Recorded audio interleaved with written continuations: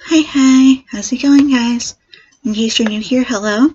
I'm Jelena Rolick. I'm an editor and writer. I do videos about all sorts of things, not just editing and writing. If you like variety channels, you might like me. I don't know. I recommend you look through some of my videos, see what you think. If you like them, please subscribe. If you have ideas for videos you'd like to see me do, please comment down below. If you have anything else you want to tell me, comment down below. I love hearing from you guys. And with that, let's walk right into this video because this is a topic that is pretty important to me, actually. So let's begin. I have a number of sensory disorders. I have an issue with smell. I have an issue with hearing. I have eye issues. My eye issues are pretty normal. I have astigmatism, I have nearsightedness, and I have an intermittent exotropia that my glasses can't help me with. But for the most part, my eyesight is okay as long as I have glasses that are actually my prescription, and I have to get them checked again, actually. But that's really all there is to say about my eyes.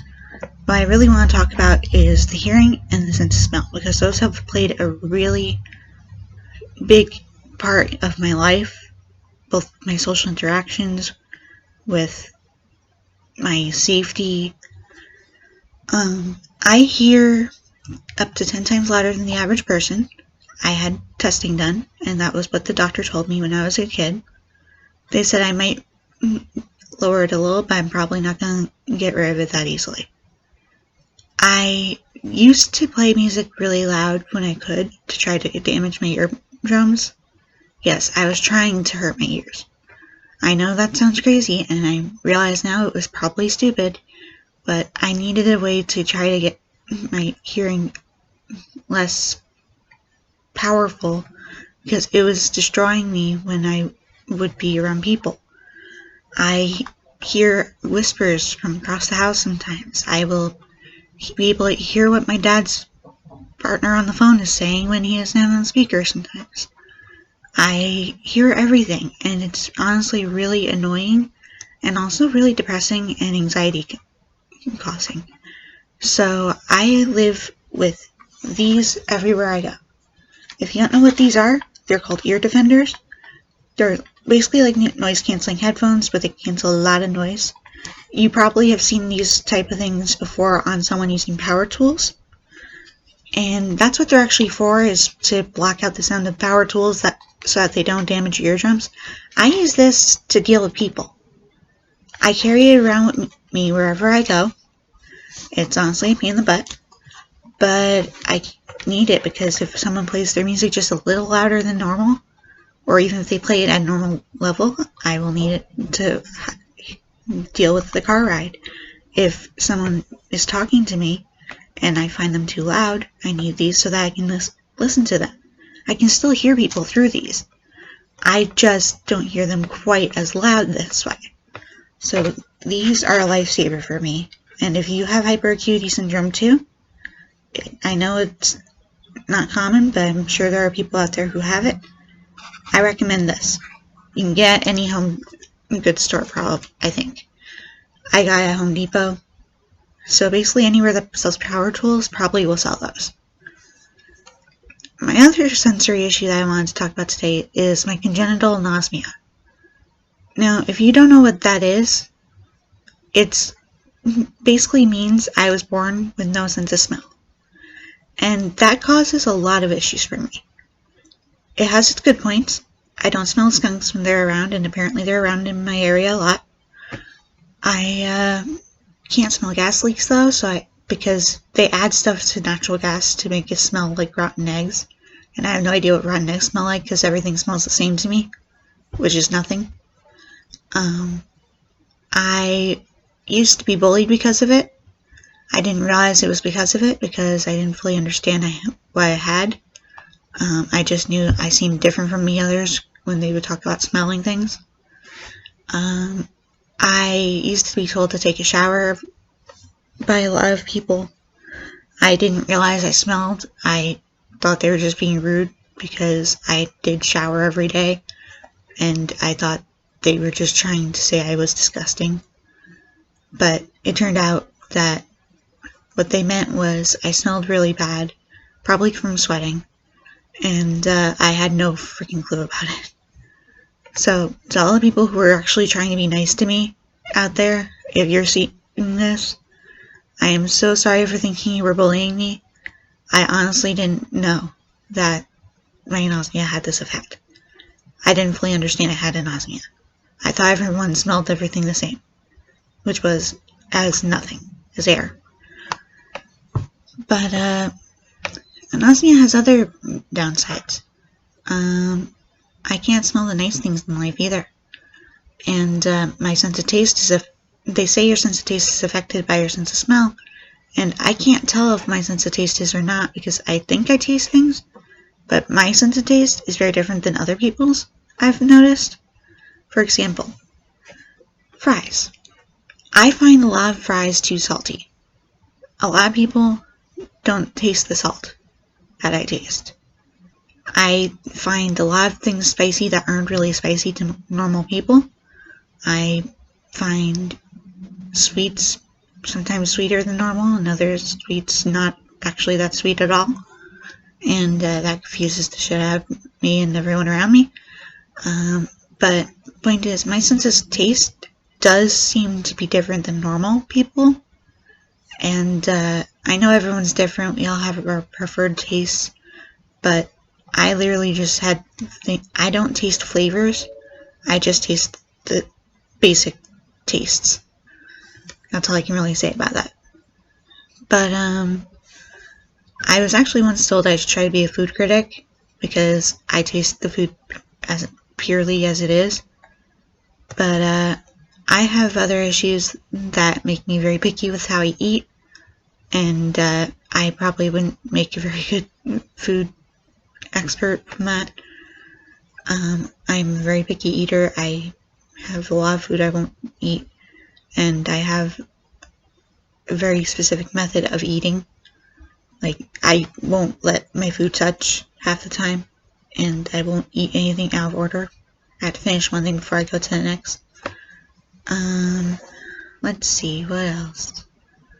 Another thing with the sense of smell is I get people who really can't understand the concept of having no sense of smell.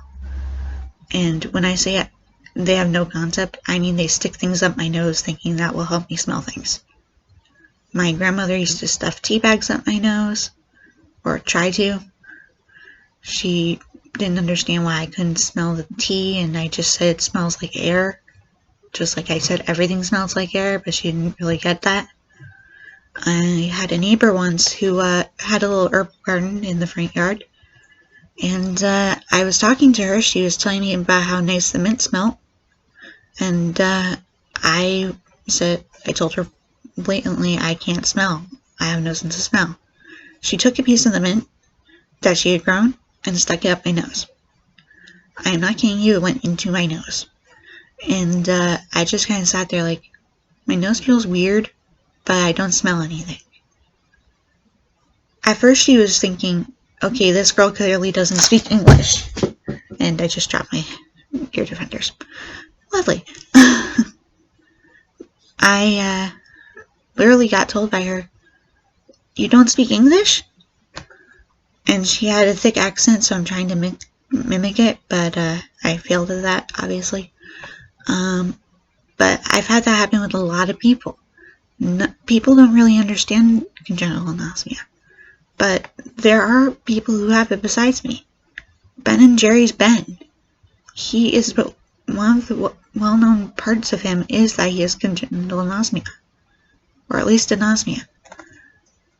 He focuses so much on taste that he needs a certain amount of taste and texture, and that's part of why Ben and Jerry's ice cream is so good to me. And honestly, it's good to a lot of people, and I think that's because they add more flavor and more texture to their food, mostly so that Ben can enjoy it. That's what I heard in an interview I read about, and I've seen him on TV in an interview, and they mentioned his anosmia. And I was so happy when they did. The thing with congenital anosmia and anosmia in general is it's very rare. Like 1 in 100 people get it, maybe. And it's both rare, hard to find other people who have it like you do, and it's also just really tough to live with. My father is afraid of letting me live on my own without a support animal and a lot of gas detectors because I can't smell anything. And if there's a fire and there's only smoke and it's in the other room, most people would smell smoke. I wouldn't smell it, so I'd just go on about whatever I was doing and not realize there's smoke coming from another room and I should probably be getting out of the house. He always worries about that. He worries about my hearing because I hear everything and that's not fun for me. It gives me great headaches, and by great I mean really, really bad headaches. It's just really difficult to live with these issues, but you do your best with what you can. That's why I try not to think about the negative things when it comes to my sense of smell. I think of the positive things like, hey, I can't smell the skunks. Or, hey, I don't have to worry about the smell of gasoline. Or, hey, I don't get sick when I smell fish because I can't smell them. My dad gets sick when he smells anything fishy, so I've grown up very thankful I don't have that issue since I can't smell the fish anyway. That's really all I have to say about the matter, I guess. I just want to spread awareness about sensory issues. I think it's important we talk about them when we have them, because people don't know your issues and how they affect you if you don't tell them. I try to tell people about my hyperacuity syndrome regularly. I talk about my anosmia regularly. I once was asked if I had any issues by a doctor, specifically a dentist, last year, and the dentist literally told me, I read that about that in a book, but I thought it was a myth, because he had never met someone who had anosmia, let alone congenital anosmia. And I was both a little sad to hear that, because it's not as uncommon as it sounds like it is, or I don't think it is, because I joined a bunch of anosmic support groups on Facebook a long time ago. But anosmia is just a weird subject. Hyperacuity is a weird subject.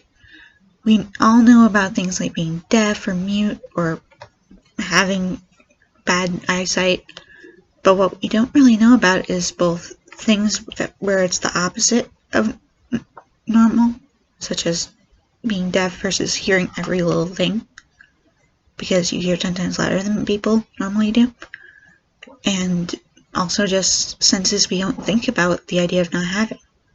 I mean, my memory sucks, and I sometimes think it's because I can't smell anything, because your memory is very strongly tied to your sense of smell.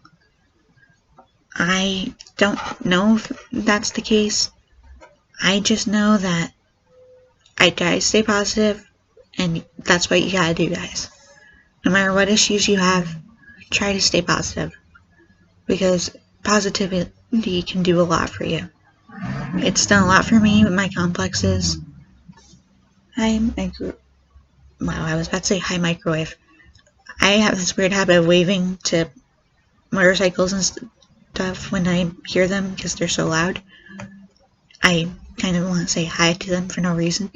So I was about to say hi microwave. So I'm doing great today. Anyway, that's all I have to say for today. I really appreciate you listening to my story. I appreciate you letting me get this all out there. And I hope you'll think about what it's like to have other conditions like this. And if you have any conditions like this, let me know in the comments right down there. Tell me about it, because I want to hear your stories. And I want to be able to relate with you guys. So if you have any sensory issues, even if it's just you have astigmatism, let me know. because we're all in this together. Take care, guys.